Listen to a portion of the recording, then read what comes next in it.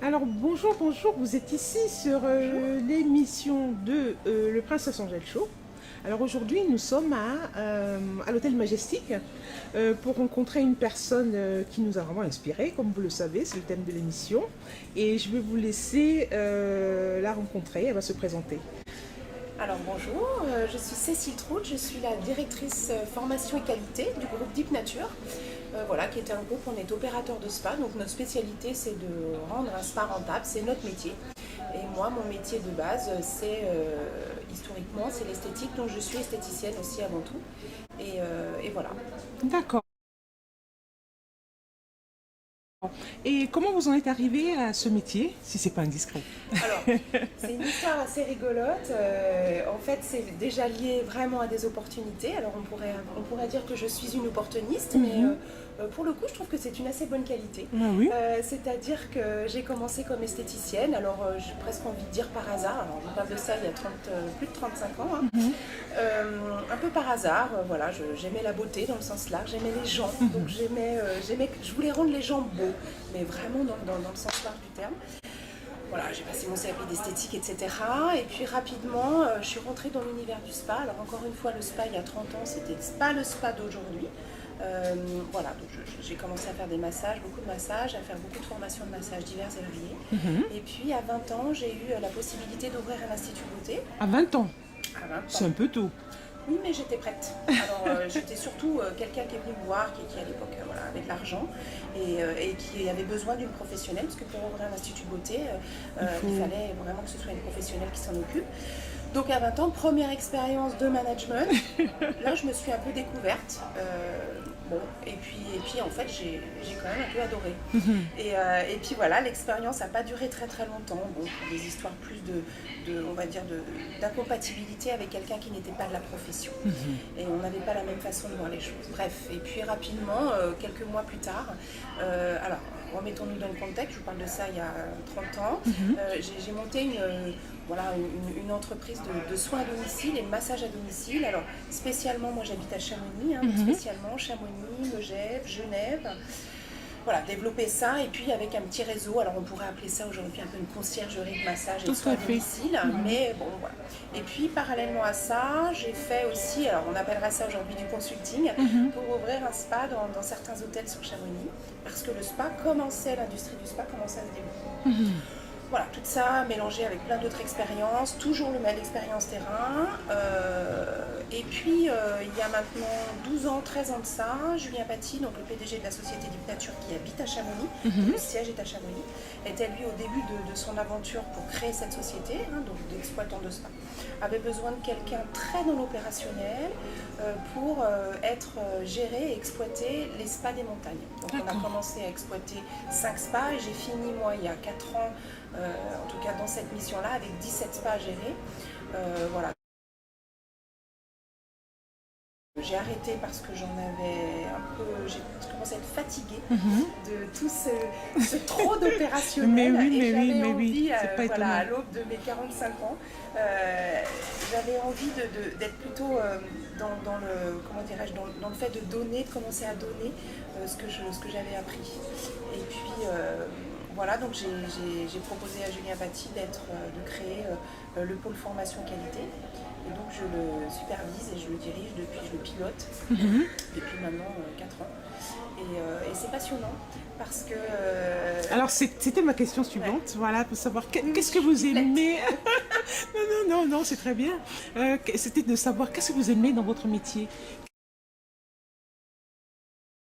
Qu'est-ce qui vous fait vibrer dans ce métier? Alors, Bon, on choses, comprend bien qu'il faut vibrer, hein, Ouais. parce que...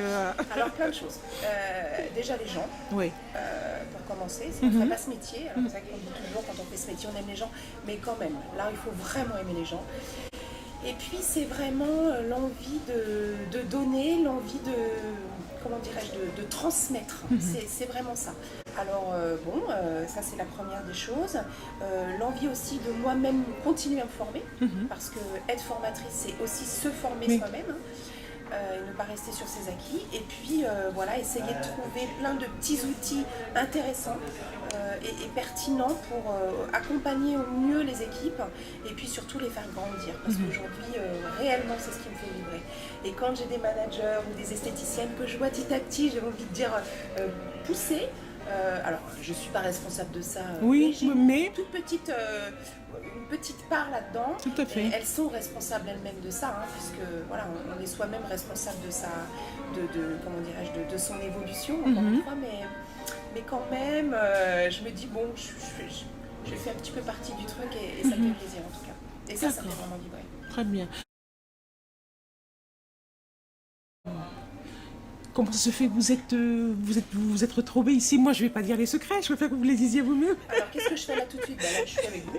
Voilà. Mais hier, on était toujours ensemble. Exactement. En fait, voilà, il y avait un salon, le Beauty Forum, qui a eu lieu hier à Cannes.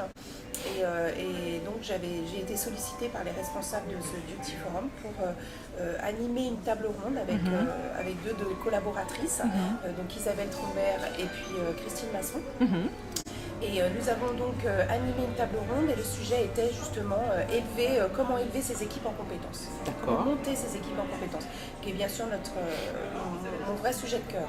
Et donc j'ai présenté moi les outils que j'utilise qui s'appelle la roue de progression, qui est des outils un outil qui permet d'accompagner ses équipes et surtout qui permet à tous les postes et à chaque individu de pouvoir s'auto-évaluer. Et moi, je crois beaucoup à l'auto-évaluation parce que je pense que c'est important de savoir ce que l'on vaut et sur le curseur, je dirais, compétences, de savoir où se placer, ce qui permet après de pouvoir réajuster au mieux et voilà. Je pense qu'on est soi-même, on est très bon pour s'auto-évaluer et puis avoir son N+1 cet outil permet aussi avec son N+1 de pouvoir l'accompagner dans, je dirais, cette prise de conscience de cette auto-évaluation. Je ne sais pas si je me suis bien comprendre. Non, mais on comprend bien. En exploitation, quand vous êtes directeur d'exploitation, clairement vous faites de la formation permanente. C'est-à-dire que vous ne faites pas sous la forme, on va dire, la vraie ingénierie de formation. Vous ne faites pas comme une vraie formatrice professionnelle, mais l'accompagnement, ça reste de la formation. Du management, ça reste de la formation. Pour moi, c'est de la formation continue. Alors, voilà, elle est sous une autre forme, mais ça reste de la formation. D'accord. Vous m'avez dit tout à l'heure que vous avez un partenariat avec le Majestic à Cannes, donc vous avez un partenariat SPA. Oui. Qu'est-ce que vous leur proposez? C'est des services de formation? Alors nous, la société Dictature, donc comme je vous le disais au départ, nous sommes donc exploitants de spa. Notre métier, c'est d'être opérateur de spa. C'est-à-dire qu'un hôtelier vient nous voir en disant « moi j'ai un spa, mais je ne sais pas comment faire ». Et nous, on arrive et on essaye de rendre son spa rentable et globalement, on y arrive. Et puis on a une autre étiquette aussi qui est de « bonjour, je voudrais faire un spa, est-ce que vous pouvez m'accompagner à le créer ?» Donc là, on le crée avec lui et puis on l'exploite ou pas derrière. Mais généralement, on essaye de vendre l'exploitation derrière parce que comme ça, le projet est global. Alors en fonction des contrats, effectivement on travaille soit en marque blanche, c'est-à-dire que Dicnature, la marque Dicnature n'apparaît pas, ce qui est le cas ici. On a préféré pour des histoires de contrats, etc., de communiquer sur le spa barrière. Et là on utilise des produits biologiques recherchés. Et donc c'est les salariés sont des salariés de Dicnature, toute l'équipe et la gestion, etc., c'est donné en charge de Dicnature. À la charge de Dicnature. Par contre, sur certains autres spas, on a la marque Dicnature on est mis en avant sur les autres spas, la marque d'exploitation Dicnature. Et depuis maintenant 2 ans, on a créé notre marque de produits cosmétiques. Très bien. À 97% de taux de naturalité, mais sur le segment plutôt de la clean beauty. Et on a créé cette marque il y a maintenant à peu près 2 ans. Et on a 57 spas en exploitation et on a aujourd'hui une cinquantaine de spas qui utilisent notre marque. D'accord. Bien. Et alors, cette marque, on peut la trouver où? Alors, on peut la trouver soit sur le site deepnature.fr, soit sur nos spas, sur nos spas qui exploitent, les spas que nous exploitons. Vous exploitez. Vous avez les soins également, Deep Nature, parce qu'on a créé des soins, des protocoles de soins spécifiques évidemment à la marque, à cette marque de cosmétiques. D'accord. Alors, j'ai une question un peu de MP, j'allais dire. Je voulais savoir comment, alors vous faites des formations et tout, comment vous arrivez à, je mélange souvent mon anglais et mon français, à spotter à découvrir des talents. Est-ce que quand vous faites une formation, vous savez à la formation, voilà, telle personne, elle a un potentiel Alors, oui, parce que déjà, quand vous êtes formatrice, vous n'êtes pas le manager. C'est ça. Donc déjà, la personne, il y a une relation qui est très différente, qui s'engage. Et puis, quand vous avez les gens sous vos mains, à un moment donné, vous savez, il peut faire vous jouez le numéro ou pas, mais ça ne dure pas très longtemps. Vous arrivez quand même à bien le sentir. Et moi, ma devise, c'est quand même, il n'y a pas de bon, je prends par exemple un massage, il n'y a pas de bon massage avec des bonnes mains. Et à partir du moment où vous voyez que la personne y met de l'intention, et ça pour moi c'est l'essentiel, c'est vous donner de l'intention. Après, ça reste de la formation. Et la formation, tout est toujours facile et tout est toujours, praticable et réalisable à partir du moment où vous avez cette intention. Et cette intention de faire du bien et du soin. Aujourd'hui, il y a un mot qui est en train de se prendre en politique qui s'appelle de faire du care. C'est ça. C'est de savoir prendre soin et de savoir donner l'intention. Et à partir du moment où on a l'intention, et ça, on le décèle rapidement. Alors, d'après vous, qu'est-ce qui fait un bon spa manager?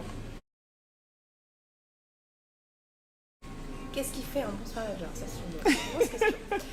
Parce que la mission de spa manager, elle est large. Le spa manager, c'est un chef d'orchestre. Donc, il doit avoir en même temps cette casquette de gestion des équipes, aussi de gestion du chiffre d'affaires. Parce que c'est ce qu'on lui demande, et souvent c'est du tout bien. Une gestion commerciale, une gestion marketing, bref. Il doit avoir vraiment cette vision d'ensemble. Moi je pense qu'on n'est pas spa manager, je pense qu'on le devient. Je pense que tout le monde, et que c'est pas une fin en soi. C'est-à-dire que être spa manager, ça en fait rêver plus d'une parce qu'elles estiment que c'est un peu le Graal. C'est ça. Oui et non, déjà on n'est pas tous des managers, on n'est pas obligé de l'être, et on n'est pas tous bons là-dedans, on n'a pas tous le leadership, on n'a pas tous les capacités pour le faire, et c'est pas grave. Vaut mieux une très bonne spa praticienne qu'un mauvais manager, et inversement. Et pour moi, un bon manager, c'est justement quelqu'un qui réussit à avoir toutes ses casquettes et qui réussit surtout, à accompagner ses équipes, à déceler dans ses équipes quels sont les potentiels, à qui ils puissent déléguer les bons sujets, bonnes missions. Et pour moi, un bon manager, c'est ça. C'est pas quelqu'un qui commande, qui dirige. C'est quelqu'un qui accompagne, c'est quelqu'un qui est capable de savoir jouer de tous les instruments comme un chef d'orchestre. En tout cas, de connaître tous les instruments. Donc d'avoir de la vraie crédibilité vis-à-vis de ses équipes. Et de savoir dire, toi, je vais te mettre là. Toi, de déceler le potentiel de chacun. De déceler le potentiel de chacun, j'aime bien. Et pour moi, manager, c'est ça. Il y a tout sauf de l'ego. D'accord. Oui. Est-ce qu'il vous est arrivé des fois d'avoir des cas, dans votre carrière, est-ce que vous pouvez nous parler d'un cas qui vous a marqué dans votre parcours de formation ou en tant que... Alors, qui m'a marqué dans le sens positif? Positif, non, positif. Bon, on peut parler aussi de négatif, pourquoi ça peut être utile. Il y en a plein. Il y en a plein. Alors, j'aurais plein de cas à vous raconter, mais finalement, aujourd'hui, la seule chose qui m'intéresse, c'est de dire que des anciennes, des filles que j'avais quand j'étais en exploitation, qui aujourd'hui même sont parties de Deep Nature. On vient d'en voir une, là, il y a 5 minutes de là, par exemple, avant que vous commenciez à nous filmer. et avec qui on reste en contact et qui se permet encore de m'appeler. Encore un peu comment dirais-je, le sentiment et sans aucune prétention comment dirais-je, d'avoir encore un vrai contact avec elle. Contact humain. Un vrai contact humain, bien sûr. Et c'est ça finalement c'est ça finalement pour moi la meilleure récompense, c'est garder ce contact humain. C'est ça. Et puis voilà, et de se dire oui voilà, c'est encore une fois remettre l'humain au cœur du système, quoi. C'est ça. Au cœur du système. Et puis des fois des jeunes filles, je pense à quelqu'un là par exemple, à une jeune fille que j'avais recrutée dans une école. Entre guillemets, c'était le vilain petit canard. C'est exactement ce que c'est. Parce qu'elle n'avait pas le physique pour, elle ressemblait pas au code. Et alors ça, moi j'adore, hein, évidemment. Et cette jeune fille, bah voilà, avec une vie un peu personnelle particulière. Et cette jeune fille, moi je lui ai dit, bah viens avec moi, on va J'étais directrice d'un spa à l'époque et je lui ai dit on va travailler ensemble, moi je vais t'accompagner. Et moi j'adore ça, en plus bras cassés, là, c'est ce qui me plaît le plus presque. Parce que moi je sais quand j'ai commencé ma carrière, voilà, j'ai toujours, je correspondais pas au code. J'avais déjà à l'époque les cheveux très courts, j'avais déjà ceux qui vous va très bien d'ailleurs. J'avais déjà à l'époque un 46 fillettes, je faisais déjà dans mes pantalons à 46 fillettes, bref, je correspondais pas au code, mais justement, ça m'a toujours plu ça. Et de toute façon, ça a toujours été mon combat. Parce que une esthéticienne et une spa praticienne, etc., l'important c'est qu'elle soit vraie et encore une fois qu'elle donne du sens à son métier. Et on n'attend pas que ce soit une photo ou une poupée, quoi. Enfin, vous comprenez. Donc vous comprenez pourquoi elle nous inspire. Alors quels sont vos projets à court et moyen terme? Alors là, vous voyez la situation dans 5 ans. Alors, je vais vous dire une chose qui va peut-être... Dites-moi. Moi, je ne me suis jamais vue. C'est-à-dire que je ne suis pas quelqu'un... vous voyez, quand je m'entends un peu parler, là, je me dis, à 18 ans... En fait, jamais je me suis fait un plan de carrière. Pourquoi? Parce que pour moi, c'est encore une fois des histoires de rencontres. C'est ça. Et c'est des opportunités. Donc, Inch'Allah, j'en sais rien en fait. Et peut-être, voilà, bon, je sais faire que du spa, hein, c'est quand même un peu mon métier.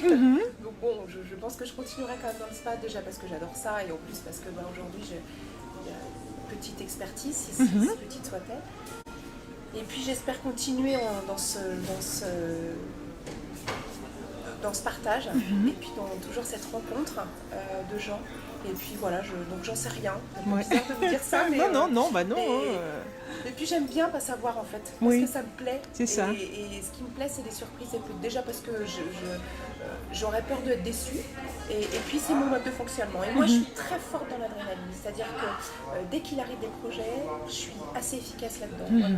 Le petit ronron et tout, bon, je le fais, hein, mais j'aime bien challenger. C'est ça. Les opportunités, elles viennent quand vous avez cette, je pense, l'énergie, le dynamisme, la passion, et puis surtout, vous êtes vrai. Et je pense qu'à un moment donné, moi je crois à ça. Je crois encore vraiment. Oui. Ça, ma vie a toujours été ça. Hein. Moi aussi. À un moment donné, je me dis, alors des fois on me prend un peu, enfin je me prends pour un peu une folle dingue, bah, tant pis. C'est bien aussi. D'accord. Et quel conseil vous pourriez donner à des jeunes filles que vous inspirez, qui aimeraient être comme vous, faire votre brillante carrière? Quel conseil vous pourriez donner? Voilà.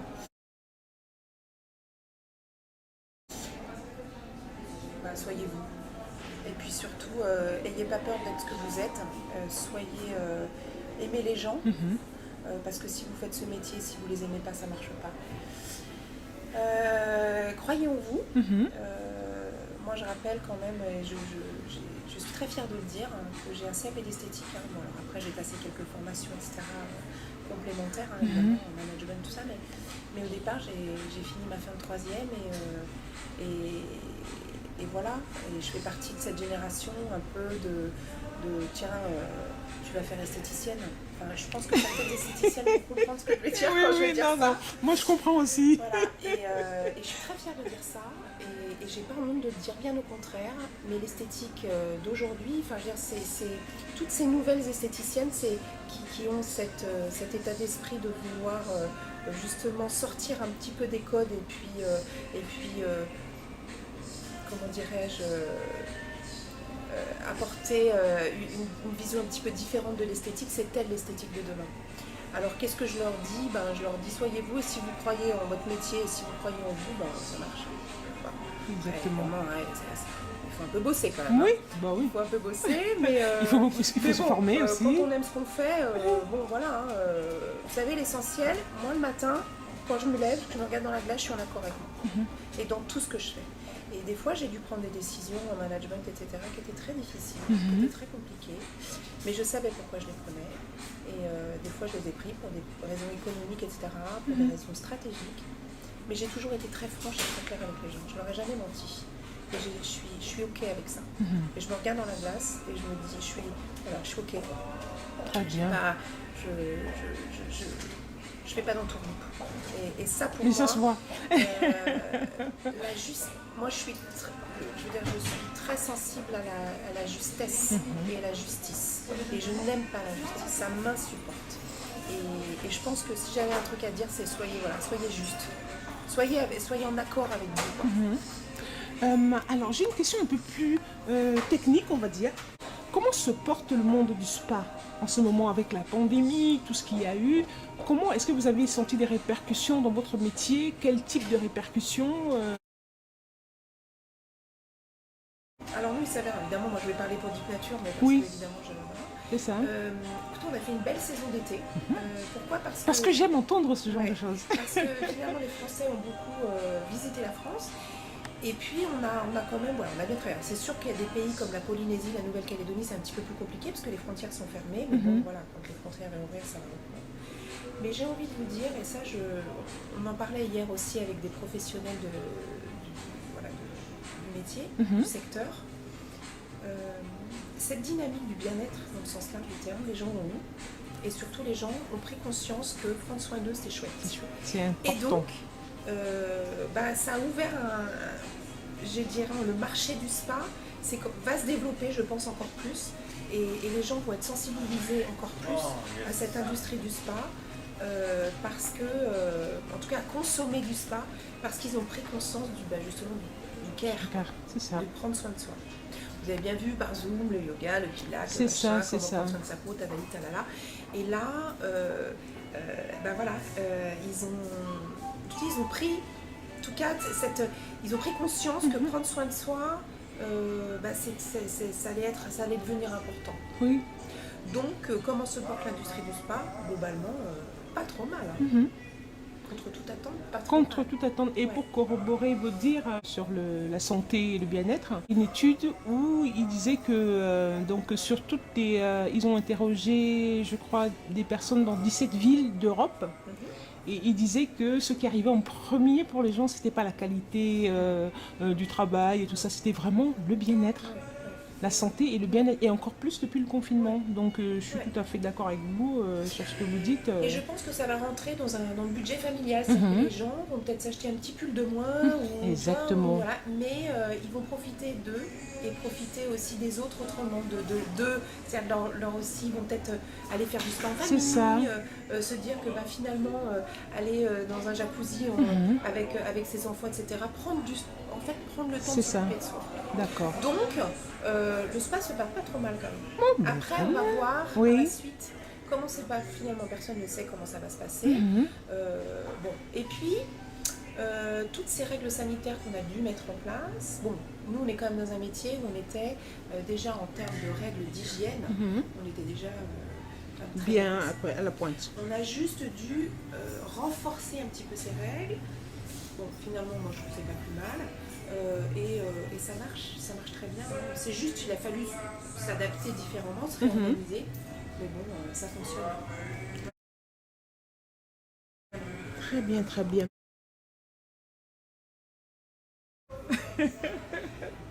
Même s'il est fou, c'est pas grave. Plus on est fou, plus on rit. Alors là, qu'est-ce que vous pourriez me souhaiter? J'ai déjà Non, pas c'est- mal de choses finalement. Moi, je suis assez satisfaite de ma vie, hein. Écoutez, voilà, je vais durer un petit peu entre le bateau, la santé, que tout le monde aille bien, mes enfants, mon mari, ma famille, bon voilà. Je sais pas, que ça continue comme ça en tout cas. Et l'énergie. Après, je pense que